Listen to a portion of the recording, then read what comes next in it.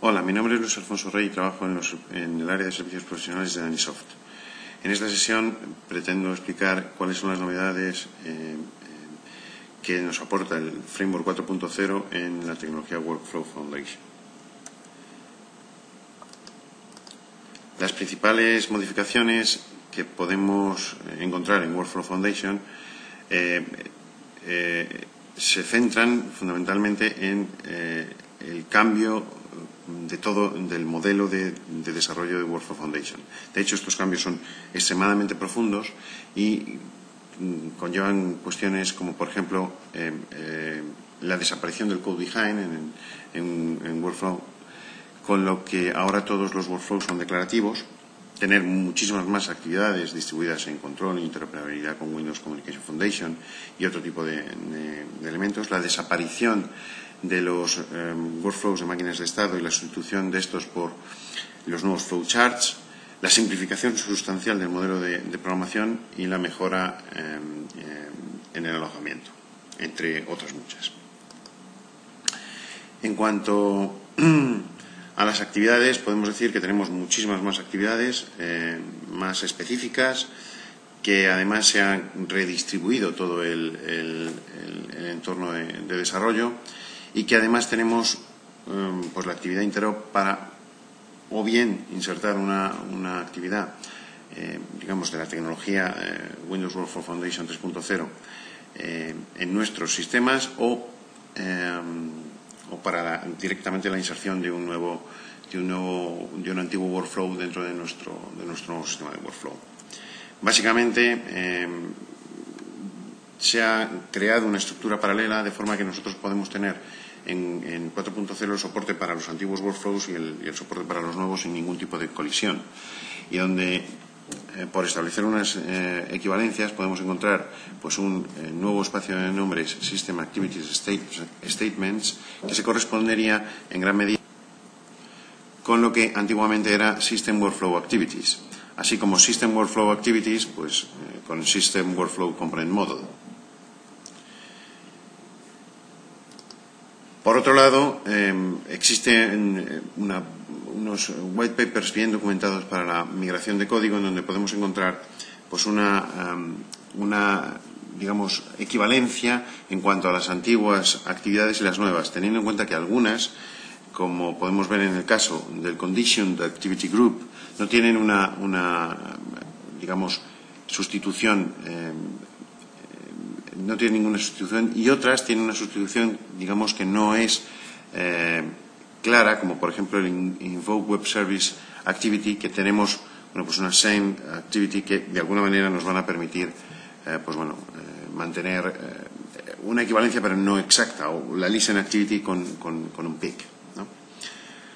También vamos a tener pues multitud de simplificaciones. Por ejemplo, la antigua Replicator Activity ahora se sustituye por la nueva For Each o para el For Each Activity, que es un modelo conceptual mucho más comprensible para los desarrolladores. Por otro lado, al desaparecer el code beside, es decir, al tener workflows puramente declarativos, pues básicamente nos encontramos con que tenemos que variar de alguna manera la manera en que concebimos nuestros workflows, y teniendo en cuenta que de alguna manera el workflow básicamente queda como repositorio de lo que sería el tránsito aplicativo, y la lógica se empaqueta en actividades personalizadas.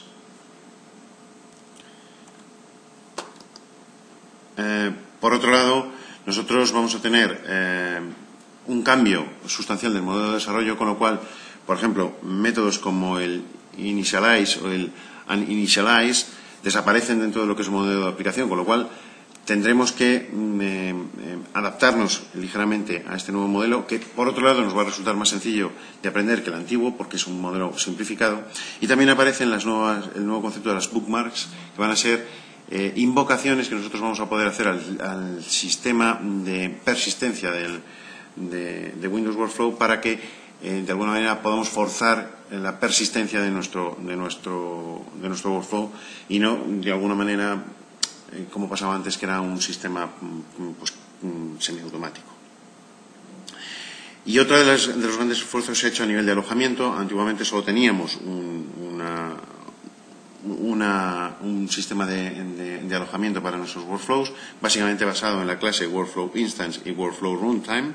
Ahora tenemos un grado mucho mayor, una gradación mucho mayor para soportar nuestro alojamiento de workflows, teniendo, digamos, una clase muy simple como el Workflow Invoker, una clase 100% o que soporta 100% todos los servicios de workflow, pero que está pensado para que se aloje en una sola clase, en una sola aplicación, como sería el Workflow Application. Y luego tenemos algo un poco más, digamos, avanzado para tener servicios y endpoints y un modelo de gestión mucho más potente con el Workflow Service Host. Sin olvidar que seguimos teniendo a nuestra disposición el Workflow Instance y el Workflow Runtime. Básicamente, además, nosotros no tenemos, digamos, la posibilidad de, digamos que el modelo de soporte de aplicaciones se ha simplificado muchísimo, con lo cual todo lo que eran los external metadata exchange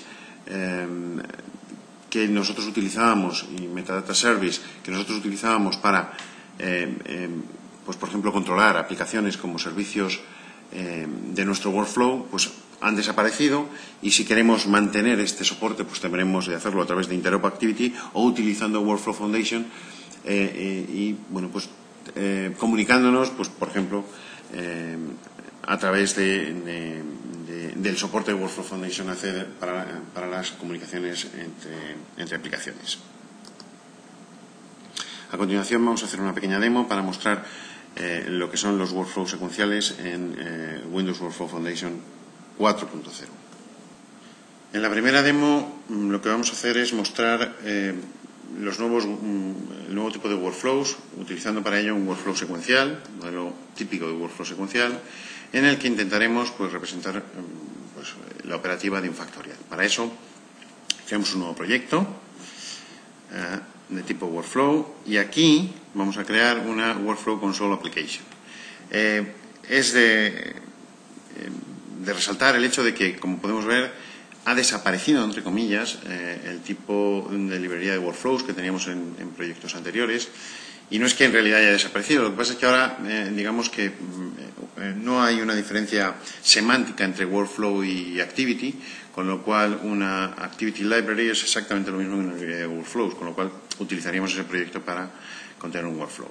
En este caso vamos a crear una aplicación de consola, ideal para demostraciones, obviamente, y también para operaciones de desarrollo de workflows que luego puedan ser encapsulados dentro de una Activity Library para entrenadores, básicamente. Y aquí tenemos nuestro nuevo tipo de workflow. Lo primero que nos tiene que llamar la atención es que el workflow pues solo consta de un solo archivo, no tenemos code behind, solo tenemos el archivo XAML, no tenemos ningún tipo de archivo CS, y en este caso nosotros vamos o pretendemos utilizar un workflow que tenga un argumento a través del que nos van a pasar un número y con el que vamos a calcular su factorial, y este argumento lo debemos declarar aquí. Ya que no tenemos code behind, no podemos declarar una propiedad de entrada. Entonces lo que vamos a hacer es declararlo mediante el editor. En este caso vamos a declarar un argumento llamado número. Este argumento va a tener la dirección in y va a ser de tipo entero. Y vamos a tener como valor por defecto un 0. Bien. También vamos a tener variables. Voy a necesitar variables para hacer el típico algoritmo de iteración y acumulación para resolver un factorial. Y en este caso, para declarar la variable, tenemos que declararla dentro de un ámbito, no dentro del workflow completo, con lo cual necesitamos una actividad.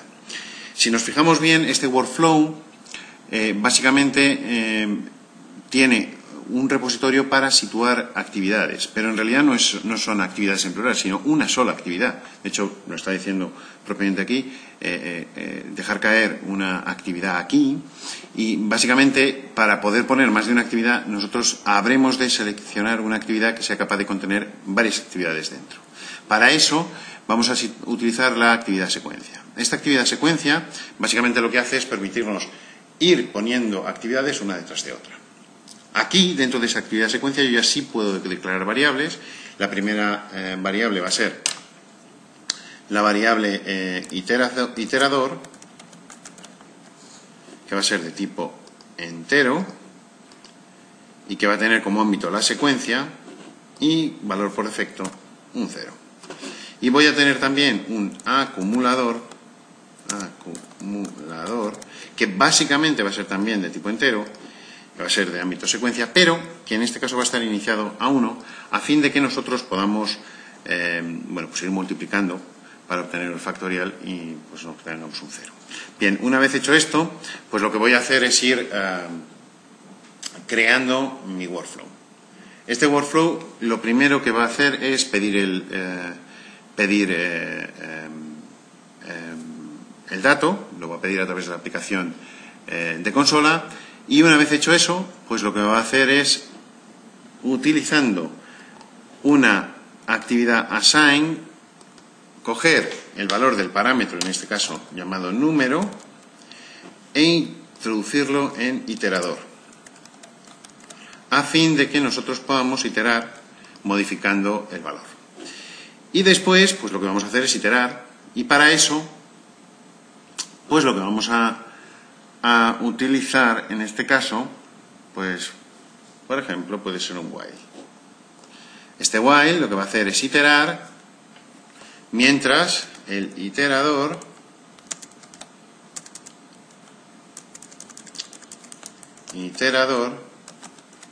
sea mayor que 0. Mientras sea mayor que 0, lo que tenemos que hacer es ir introduciendo pues el nuevo valor en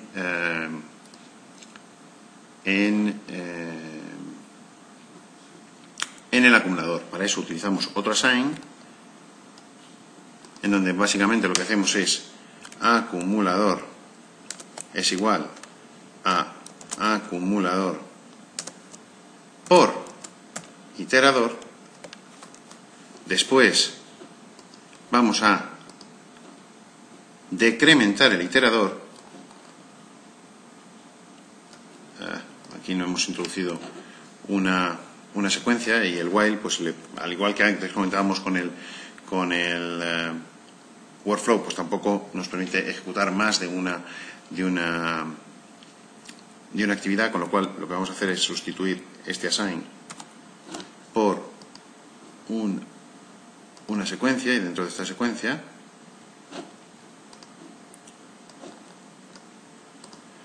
depositar otra vez el assign, que ahora, pues bueno, lo que vamos a hacer es depositar otro assign, en este caso para decrementar el iterador,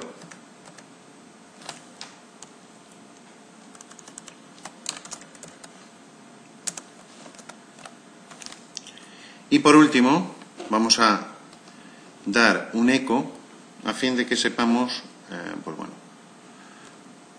antes de decrementar, para bueno, pues mostrar en la aplicación de consola, de acuerdo, cuál es el factor que estamos mostrando. Y para eso, pues lo que hacemos es decir, pues por ejemplo, iterador toString, y le vamos a agregar aquí una X, a fin de que pues parezca que estamos multiplicando.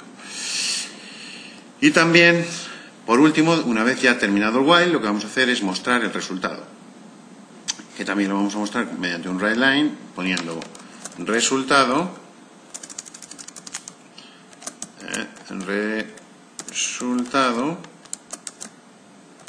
y aquí más acumulador toString.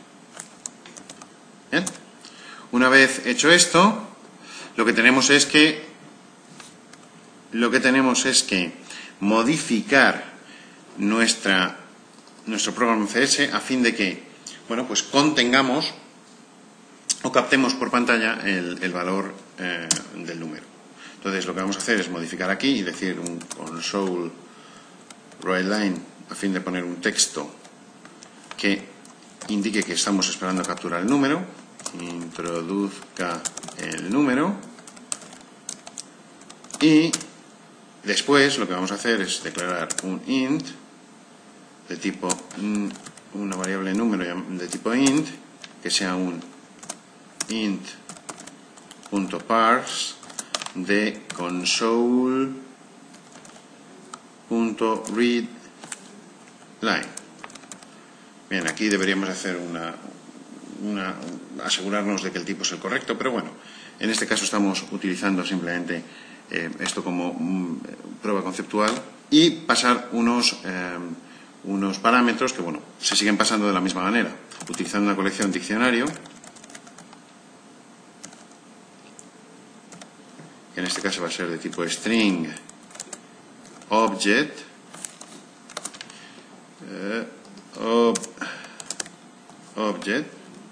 bien, y esta colección diccionario vamos a llamarla, por ejemplo, parse. Bien, y una vez creada le vamos a agregar, pues básicamente el parámetro o el valor para el parámetro número, de tal manera que el string va a ser el nombre del parámetro número en este caso, y el valor va a ser lo que contenga a continuación. Si ahora ejecutamos la aplicación, nos ha faltado aquí en el invoke pasar los parámetros. Vamos a cerrar aquí un segundo, pasamos aquí los parse, perfecto, y le decimos que F5 nos pide el número, pues por ejemplo el 5, y bueno, pues ejecuta el factorial sin parar. Le ponemos un console readLine, read key, por ejemplo, a fin de que se pare hasta que no pulsamos una tecla, y volvemos a repetir la experiencia. Vamos a poner esta vez el 6, pues 6 por 5 por 4 por 3 por 2 y por 1. Resultado 320. En cuanto a los workflows de máquinas de estado, no existe una equivalencia directa, ya que este modelo de workflow ha desaparecido. Sin embargo, tenemos algo que de alguna manera viene a sustituir, no directamente, ya digo que no es una sustitución, una equivalencia perfecta, pero sí que de alguna manera nos va a permitir representar los modelos que antiguamente representábamos con los workflows de máquinas de estado dentro de lo que sería un nuevo modelo de desarrollo, que sería los flowcharts. Los flowcharts básicamente nos van a permitir crear un control de flujo mucho más adaptado a la forma, digamos, que tenemos de pensar. Básicamente se basa en una actividad que se inserta dentro de lo que sería un workflow secuencial, y estos workflows básicamente podrían identificarse con un modelo más vinculado a, bueno, pues un loop, ¿de acuerdo?, una ejecución en paralelo, o incluso también lo que sería el modelo de máquina de estado. Básicamente el modelo de desarrollo es extremadamente sencillo. Nosotros lo que vamos a hacer es tener nodos y tener arcos, y el tránsito entre estos nodos y estos arcos es lo que básicamente nosotros vamos a gestionar. Los nodos van a ser actividades comunes, ¿de acuerdo?, y los arcos simplemente los caminos posibles que existen entre una actividad y las colaterales. A continuación vamos a realizar una demo para ilustrar el contenido de las últimas diapositivas. En la siguiente demo vamos a intentar mostrar cómo son los nuevos workflows de tipo flowchart. Para eso vamos a crearnos una nueva aplicación que en este caso va a ser una aplicación de tipo consola destinada pues, bueno, a ejecutar workflows. Como podemos ver, es el mismo modelo que antes habíamos usado en los workflows de tipo secuencial, porque en el fondo nosotros lo único que estamos haciendo es pues un workflow de tipo secuencial que eso sí va a contener una digamos actividad específica que se va a llamar flowchart. Esta actividad flowchart es la que nos va a permitir bueno, pues, ir creando nuestros diferentes flujos de tipo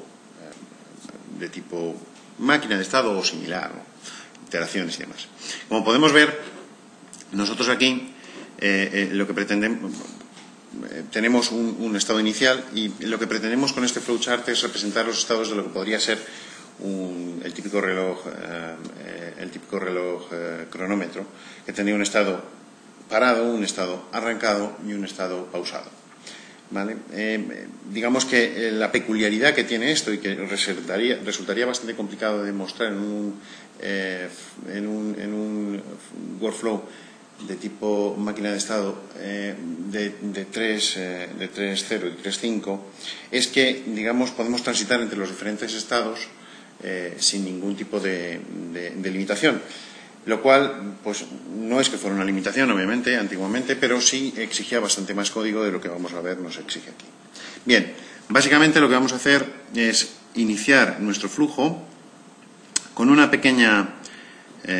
pequeño eco diciendo, bueno, pues que pretendemos,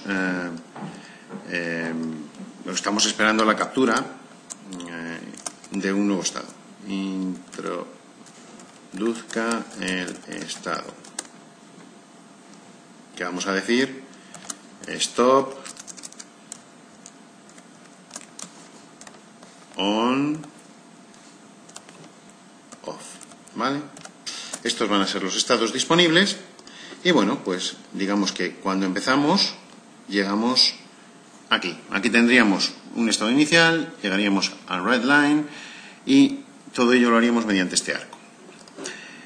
Obviamente aquí tendríamos que capturar el estado, pero este estado todavía no está definido en ningún lado, así que vamos a declararnos una variable para que contenga el estado actual y le vamos a llamar estado, que va a tener como ámbito el flowchart, que va a ser de tipo string.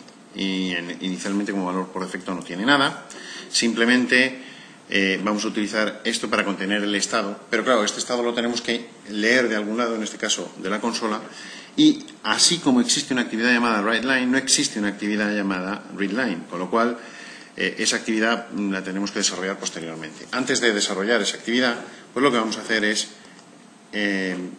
completar, por decirlo de alguna manera, nuestro workflow. Para eso vamos a introducir un flow switch, que es una actividad que nos permite hacer pues un switch o un select para aquellos que programen en Visual Basic, una selección múltiple en base a un tipo, en este caso, como nuestro estado es string, pues string, y este switch básicamente lo que hace es tener una expresión que en nuestro caso pues simplemente va a ser estado, va a ser el contenido de la variable estado.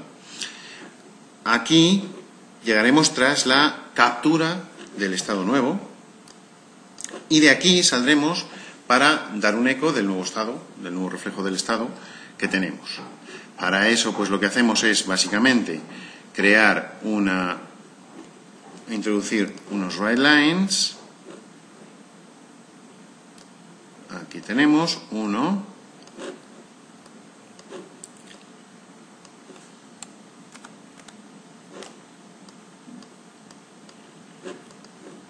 Estamos introduciendo un segundo writeline. Aquí lo tenemos. Y un tercer writeline a fin de contener un eco para cada uno de los estados. En este caso lo que vamos a decir, pues el cronómetro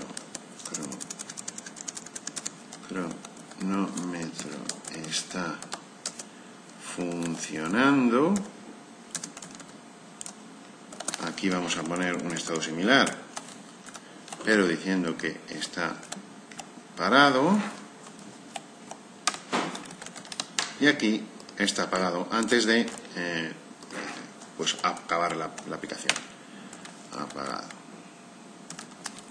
De forma que en el caso 1 pues transitemos a este estado, en el caso 2 transitemos a este estado y en el caso 3 transitemos a este estado.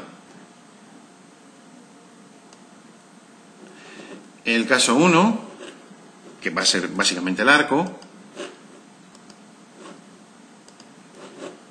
vamos a ver, pues va a ser, no va a ser el caso por defecto, sino que va a ser el caso en el que tengamos on, aquí en el que tengamos stop y aquí en el que tengamos off. En el caso en que estemos parados, aquí, vamos a ver, en el caso en el que estemos parados o en el caso en el que estemos funcionando, seguiremos pidiendo el estado. Y en el caso final, pues terminaremos. Bien, ¿cómo pedir datos por pantalla? Antes lo hemos visto utilizando el programa principal, pero ¿y si quisiéramos hacerlo directamente desde nuestro workflow? Y además utilizando un código, que sería pues una de las cosas que hacíamos habitualmente en los workflows antiguos. Bueno, pues ahora lo que tenemos que hacer es agregar un nuevo elemento de tipo actividad. Y esta actividad tiene que ser una actividad de código. Solo las actividades de código pueden contener código. En este caso vamos a crear una actividad llamada input string, por ejemplo. Y una vez declarado esto, pues él nos crea una plantilla de lo que sería una actividad de código. Como podemos ver, esta actividad deriva directamente de la clase CodeActivity y tiene declarado un argumento de tipo entrada, inArgument. Para declarar uno de tipo salida, pues vamos a poner el in, vamos a sustituirlo por el out. Obviamente, todo lo que ocurre en esta actividad tiene que ocurrir en el método execute. Si antes teníamos un parámetro de tipo entrada y hacíamos un context get value, pues ahora tendremos que hacer para un parámetro de tipo salida un set value. ¿Por qué no leemos directamente la propiedad? Pues porque la propiedad, o en este caso el argumento, el parámetro de esta actividad, es una actividad, es un parámetro que está soportando determinadas características, como por ejemplo el binding, el nuevo binding de workflow. Entonces, realmente quien controla todo esto es el workflow y no así la actividad. Es por eso que nosotros tenemos que referirnos al contexto, que en realidad es el workflow, para obtener el valor precisamente de cada argumento. En este caso, pues como nosotros estamos obteniendo o estamos estableciendo un valor, lo que vamos a hacer es decir que, bueno, pues que context set value, y aquí vamos a decir que aquí lo que vamos a establecer es un console read line.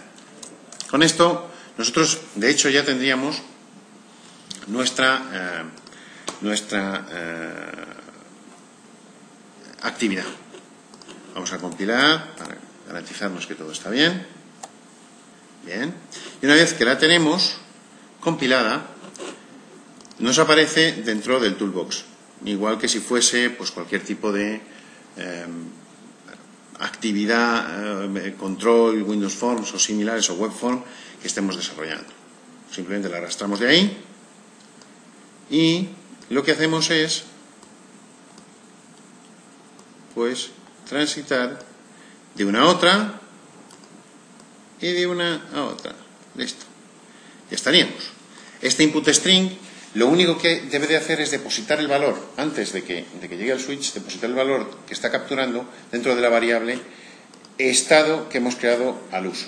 Y eso es tan sencillo como venirnos aquí y decirle que en su propiedad text pues introduzca el contenido en estado.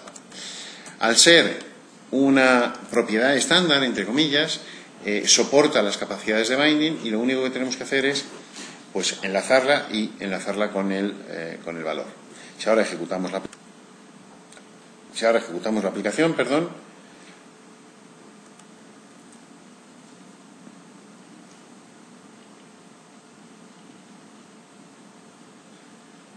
esto nos solicita el tránsito de estado, pues inicialmente lo vamos a poner a on, después a stop, luego retornamos a on, por ejemplo, y por último nos vamos a off. Todo esto ha sido extremadamente sencillo, mucho más sencillo, desde luego, prácticamente hablando, de lo que hubiera resultado con los antiguos workflows de máquina de listado. Y nada más, solo me queda despedirme y bueno, recordar que Danisoft está cumpliendo 20 años, que llevamos 20 años aquí gracias a la fidelidad y confianza que han depositado nuestros clientes en nosotros y que seguimos ofertando una amplia gama de servicios y productos, así como asesoramiento y gestión de licencias y demás, que todos nuestros productos y nuestros servicios están claramente delimitados y expresados en la página www.danisoft.com y que ahí pueden encontrar vías de contacto para acceder a cualquier aclaración o para cualquier ayuda que les podamos prestar. Muchas gracias.